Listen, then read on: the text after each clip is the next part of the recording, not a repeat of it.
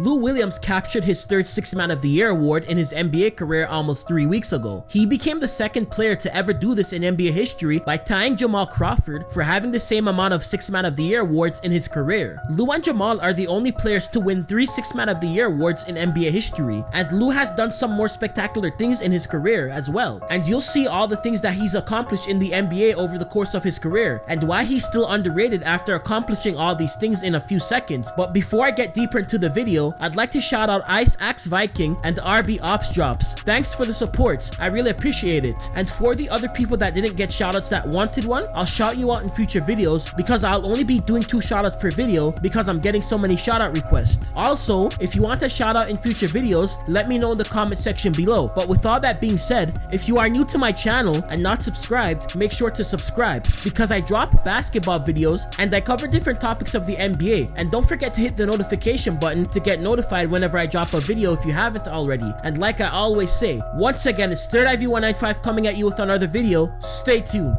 Hey, sell it for free.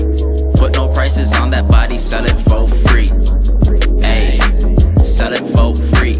Girl, you know that body prices, sell it for free.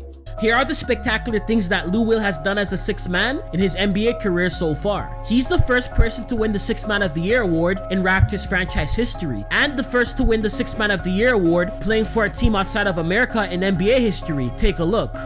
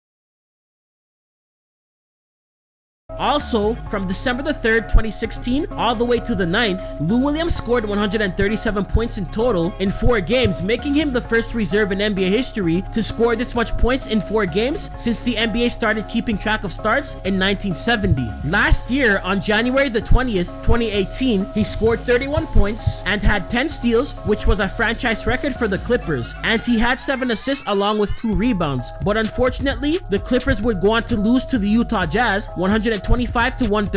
By doing this, Lou Williams became the first player in NBA history to score 31 points and have 10 steals along with 7 assists in a game since steals became a stat that was recorded in the NBA. Earlier this year, this past season, on February the 13th, Lou scored 30 points and dished out 10 assists in 22 minutes, and the Clippers would go on to beat the Phoenix Suns 134-107. By doing this, Lou became the first player in NBA history to score 30 points and dish out 10 assists in less than 23 minutes. Days later, on March the 8th, Lue scored 40 points and the Clippers would go on to beat the Oklahoma City Thunder 118-110, and by doing this, Lue ended up passing Jamal Crawford, who was second on the all-time NBA coming off of the bench scoring list. At that specific time, it was the 28th time that he scored 30 points or more in his career coming off of the bench, which made him surpass Ricky Pierce's record of scoring 30 or more points coming off of the bench in NBA history. On March the 11th, Lue became the NBA's leader in points coming off of the bench in NBA history after he scored 34 points in a win over the Boston Celtics 140-115 coming off of the bench. He surpassed Del Curry, who previously held the NBA scoring off of the bench record with a total of 11,147 points. Lou Williams was also the biggest reason why the LA Clippers came back from a 31-point deficit to beat the Golden State Warriors in Game 2 in the NBA playoffs back on April the 15th earlier this year, which was the biggest comeback in NBA playoff history, after he scored 36 points and dished out 11 assists. After this win, the Clippers would end up tying the series 1-1 after that huge comeback, and the final score for that game was 135-131. The Clippers, who were underdogs, fought hard with the Golden State Warriors that series in the first round, but unfortunately the Clippers would go on to lose that series against Golden State 4-2. Even though Lue will be turning 33 soon, and in the sports world that means you are really old, I still think that he'll produce on a high level like he already has been doing coming off of the bench, which can potentially get him another 6th Man of the Year award, which would be the result in him winning 4 in his career, and if that were to happen, he would go down as the first player in NBA history to win the 6th Man of the Year award 4 times. Even though Lou Williams has accomplished all these things so far in his career, he was never chosen to be an all-star because he's really underrated, and here's the real reason why. You may think this is a reach, but the real reason why Lou Williams is slept on, or in better terms, underrated, is because he's a 6th man, and here's the proof. Since the 6th Man of the Year award has been given out in the last 36 years, since 1983, only 6 players out of 30 different players the last 36 years that have won the 6th Man of the Year award were selected to be all-stars after they won the 6th Man of the Year award, and those 6 players are Ricky Pierce, Detlef Schrempf,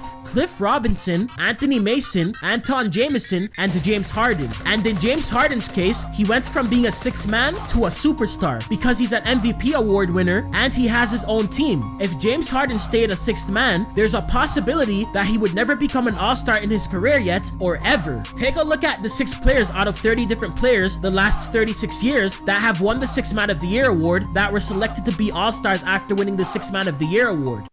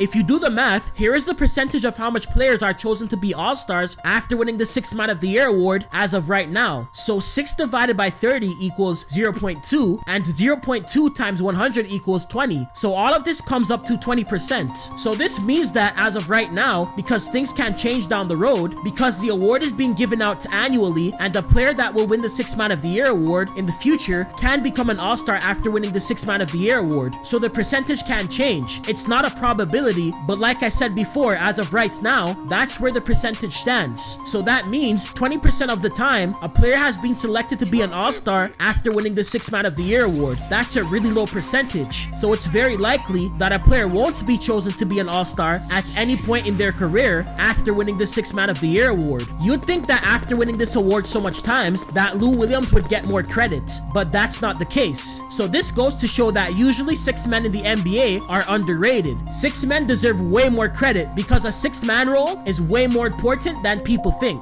I'm going to make an argument that Lou Williams should at least be an all-star twice in his career already. Even after Lou won a third Sixth Man of the Year award a few weeks ago, people still tried to underrate what he's doing, calling the award stupid and saying some other negative stuff. Take a look at some of these comments. Lou Williams is too slept on, and he deserves more than what has been given to him so far. It's blasphemous that he was never an all-star in his career. But with all that being said, that's why Lou Williams is underrated and was never selected to be an all-star in his career, and probably never will. It's very unlikely now due to his age, because he's turning 33 soon. He's getting up there in age, and he's not going to keep up what he's doing so far for too long. But that's it for the video, guys, and like I always say, please like and subscribe and hit that notification button and comment below. Tell me what you think. Your opinion matters, and follow me on my Twitter and Instagram account. It's the same name as my YouTube channel name, and share this video. Peace. I eat my French toast, bag of French girl, tell her let's go.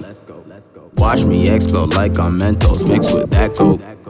Moving like a groupie, so I back up pronto. Though you a baddie, I'm gonna split my Uber, go get you a taxi.